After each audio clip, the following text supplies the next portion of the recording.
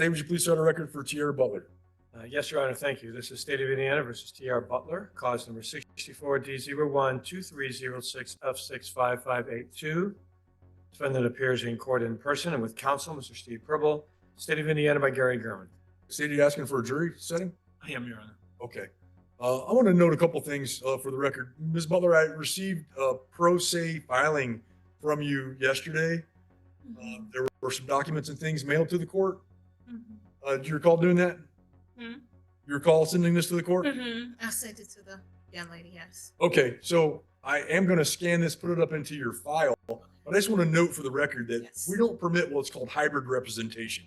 Okay, so you have counsel. You can't also submit matters on your own behalf. Anything you want to submit to the court, you have to submit through your attorney. Do you understand that?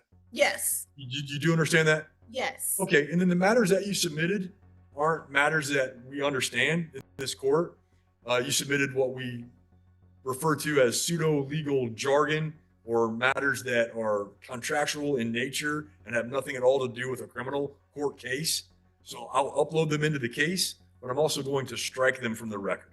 Okay? Just so you know. Mail that to the clerk. I didn't mail it to,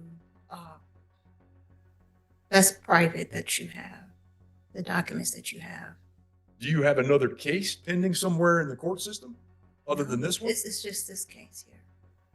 Those was private documents. It wasn't for public only.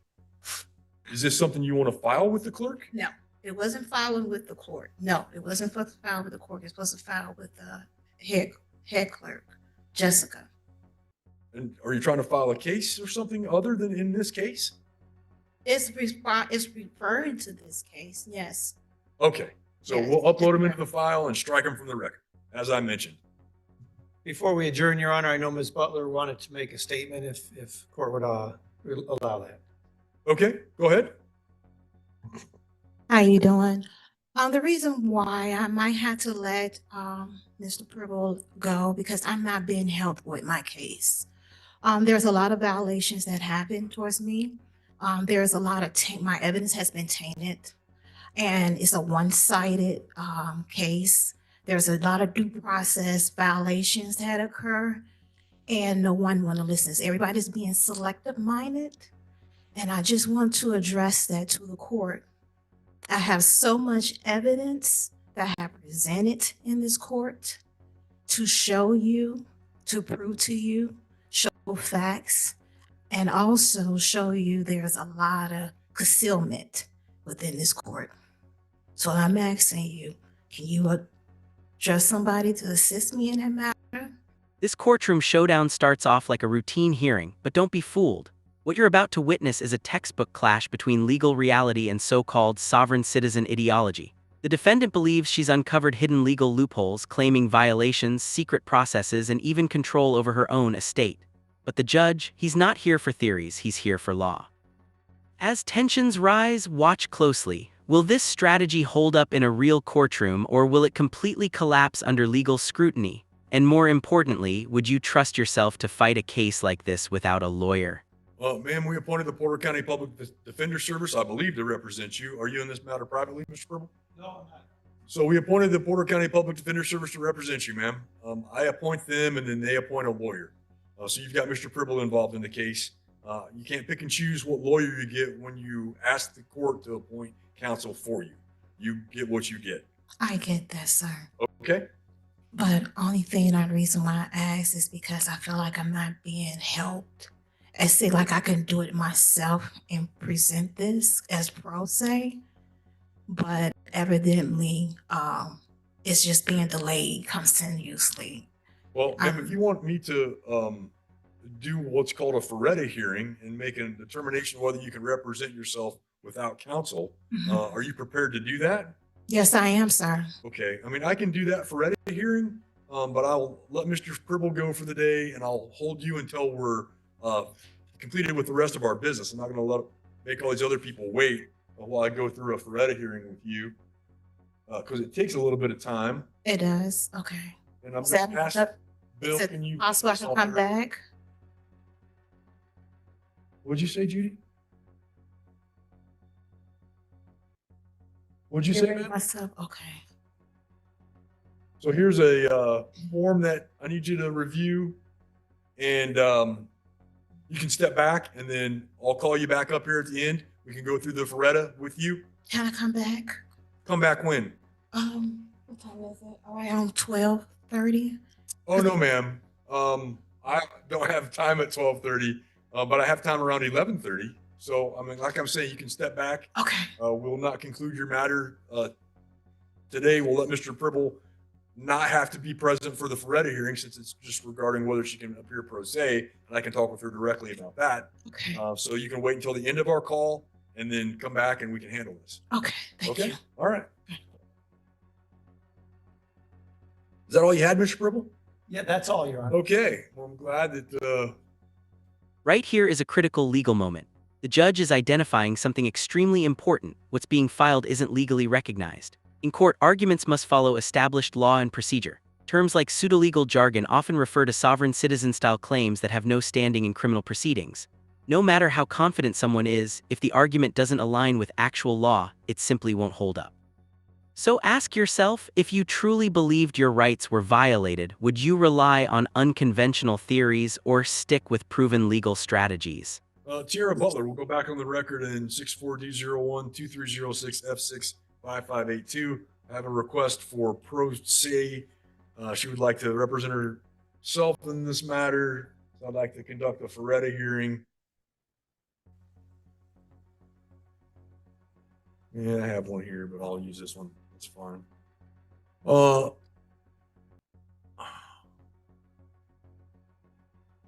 Ms. Butler, please raise your hand to be sworn.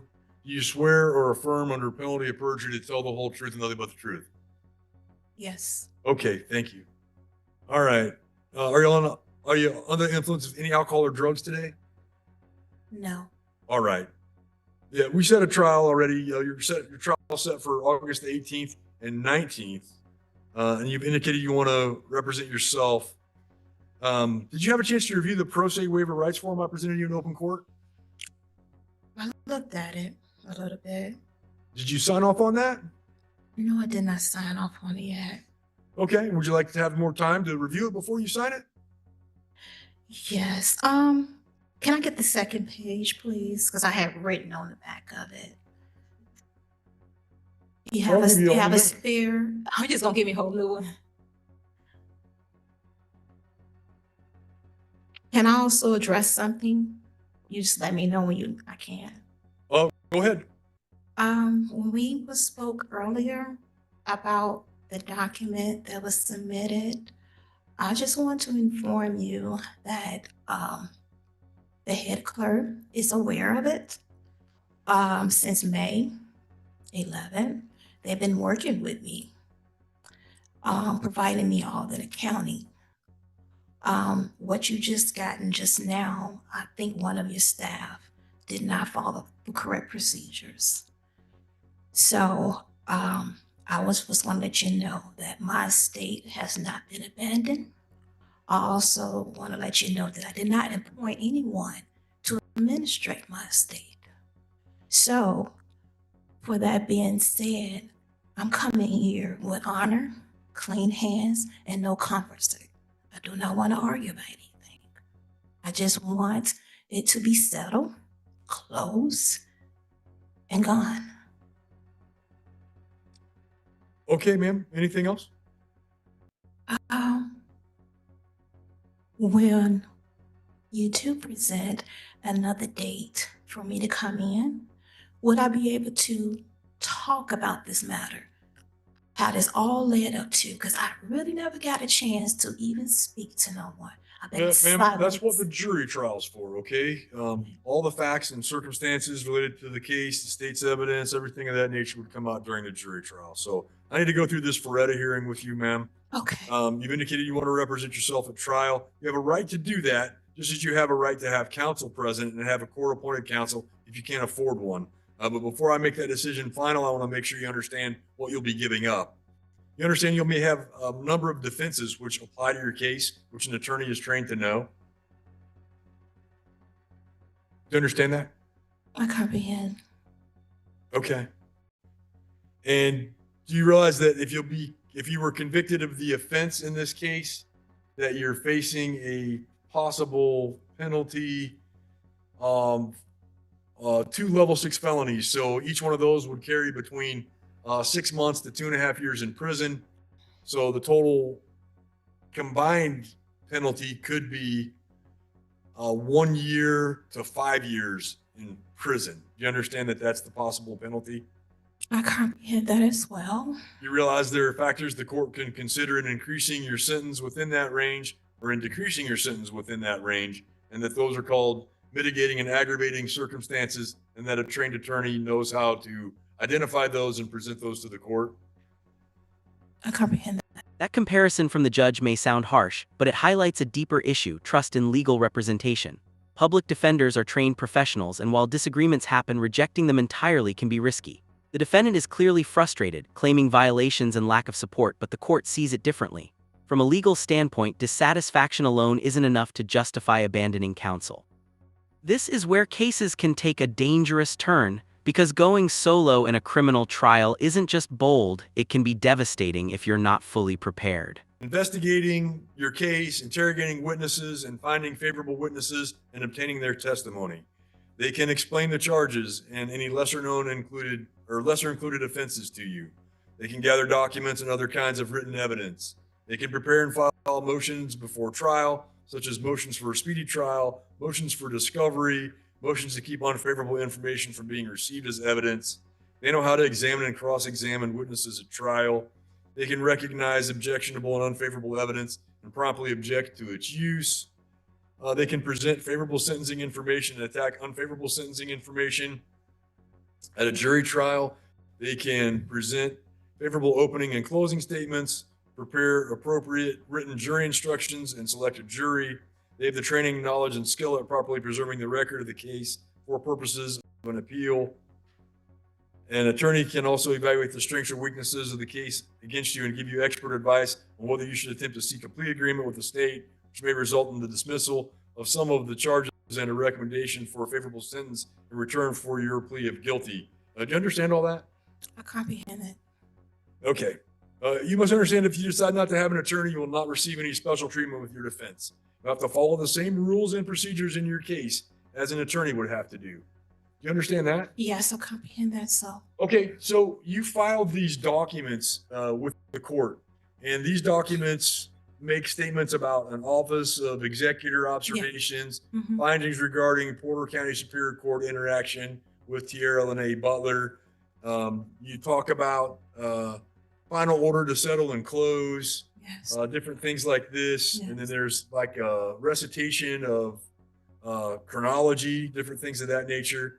And a few minutes ago, you mentioned something about how the clerk's office is helping you like settle your accounts and different things of that nature. You understand that those aren't themes or processes that are part of the criminal court proceeding? Well, I had did some research on my case, and I noticed that I had ended up. That's not the question I asked. No. I think you misunderstood the question. It's not criminal. It's not criminal. Oh, you're here in a criminal proceeding. Do you understand Yes, that? yes, I am in a criminal proceeding, but like I've been trying to explain ever since when I had. Well, I need you to answer the question I asked you. Okay. Which was whether you understand that these documents and things that you follow with the clerk's office. What's the receipt date on this? It should be April 16th or 15th. April 16th it was received, so just yesterday. Mm-hmm. That these aren't criminal matters that you followed with the court? Mm-hmm. Those are criminal matters, the violations that have been held against me. Yes, that's a lot of violations. You understand they're not, though. I mean, these aren't things of a criminal nature that would be part of this criminal case. Well, you saying what I just filed is not what criminal? This Explain a little bit document, clearer. these papers seem to indicate that you're trying to proceed in equity or under Yeah, some that's sort what of it a was. pseudo legal jargon, some type of a. Is we in the Article Court 3 right now? Say again? Are we in the Article Court 3 right now? I don't understand what you mean. This is Means the Supreme that- Court of Porter County. Okay, so we basically still in the same court as administrator. So you're basically trying to administrate in the state. What I was letting you know. Okay, Ms. Butler, you understand that these administrative things that you're talking about aren't part of this court proceeding? I know, I'm aware of that. I was talking to myself. Well, maybe you should tell yourself that you're an idiot. But what I'm saying is, I have done some research, okay? And I actually wanted to address it. And I'm not getting no assistance with the public defender, okay? What are you trying to address, ma'am? My innocence of the matter, and also the violations, the due process, the unverified information, the lying, the evaluation. I've been forced to be drugged without a cell hearing. My evidence that was held from me when what's his name? Jeffrey Clymer had ordered the prosecutor to meet me in private to see my documents. I mean, the evidence held against me, and he refused to present them to me. That's a brand new violation because it worked in my favor when I first got it. Then also Ms. on the Butler, record. I'm trying to get you through this Hold on. Feretta hearing. I know, but you asked me, and I'm trying to explain the violations. Okay. Right, but those aren't violations that are They are. part of this court proceeding. Now, on this court proceeding. If you have something that you plan to file related to that, it has to be filed through your attorney because you And still have an attorney. I did that too. You know what he did? I don't know, ma'am. Ignored. Now the stakes are crystal clear. The judge is laying out the potential consequences, real prison time. This isn't theoretical anymore. This is where legal knowledge truly matters. A trained attorney understands sentencing factors, courtroom strategy, and how to challenge evidence effectively. Representing yourself means taking on all of that responsibility alone. And here, the key issue: the defendant believes she understands the system, but her arguments continue drifting into areas that don't apply to criminal law. So the big question is, confidence aside, is she actually prepared for what's coming? Through the clerk's office, you're saying are matters in equity. We don't recognize what you're talking about in You these asked why- filings. This is a bank. This is a bank. I understand how to. What'd you say? This court system operates like a bank. Okay, it doesn't, ma'am. This It court system operates. doesn't operate like Yes, a bank it in any way whatsoever. Hold on, let me finish. No. I'm not going to let you finish that Okay. particular Like statement. I said, I want to Because I officers. just Don't need- want to argue. I need anything. you to. I just want you to redirect- understand me mentally. I did the mental thing just fine. Okay. I'm not worried about any mental thing. Okay. What I'm worried okay. about is the conception you may have that this is some sort of court of equity or some sort of a business transaction, some sort of a bank, something of that nature, because it is none of those things. You realize that? This is a criminal court. Yes, it is. This setting is. We're not an Article 3 court. That's a federal concept. Yes. You understand that? Yes, I am. Okay, we're an Article 7 Mhm, court, mhm. if you must know, in Mhm, the state of Indiana, mhm. separate judicial branch, Yes. not any of the things that you've said here. Yes. So what I need you to tell me is Okay. whether you are understanding that you have to follow, if you're going to represent yourself, Mhm, you have to follow all the rules and regulations mhm. that are promulgated by the courts of Indiana. You have to Okay. follow the criminal rules. Mhm. You have to follow the trial rules. Yes. Will you do that? Yes. Yes. Yes. You will do that. Yes. So you understand that what you filed yesterday can be stricken under the record. Under the trial rules, under Indiana Trial Rule 12F, because it's impertinent to anything that is going on in this proceeding. You realize that? I understand that in a sense, but like I keep explaining to you, it was not supposed to be filed in the court. That's the difference. You filed it at the clerk's office. Yes. Well, let's carry that out for a minute. Yes. It's a difference. What's the name of the clerk's office? The court's office is the clerk of clerks. Uh, Clerk of clerks. Clerk Yes. of courts, right? So they're our Yes. clerks. So if you Yes. file something and you have a case pending, they send that to your case. Unless you try to open a case of your own, No. you're trying to open litigation of your own. No. Okay. What I am. This has to be presented in your court case here that you have Okay. pending before us. Okay. you're So you trying will to not follow strike the it? Rules. You won't strike it down, or you will strike Oh, it? it has to be stricken. It is impertinent to anything we're doing here. You understand? No, I don't understand. Okay. How you You just have straight- filed documents making commercial demands, demanding accountings, Yes. challenging the capitalization. No, you didn't do that, but Mm-mm. challenging different things about who you are and who you would in equity Yes. minister to, And for those me, kinds of things. Ma'am, you understand those have no basis in Indiana criminal law. okay. You realize But- that? But let me explain. Can I make a statement to you then? You said there's no basis in criminal Go law. ahead. What's your statement? Well, I also want to say something.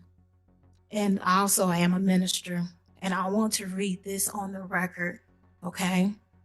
And it states that should a man prove himself to be living and not dead, nor lost of sea, his estate must be returned to him with mean profit. I am the living man that has a womb. I have accepted appointment of this office of executive. As such, this office gives notice of its authorizations and findings. And now I have issued orders. Okay. And in the scripture, the living and the spiritual man judgeth over all things, yet he shall be judged by no man. And that's 1 Corinthians chapter 2, verse 15. Like I said, I came here with clean hands. And I'm now the executive. My estate has no longer been abandoned. And I don't allow no more trespassing and interloping upon and administrating it. I discovered a lot of things along the way, putting me in this position.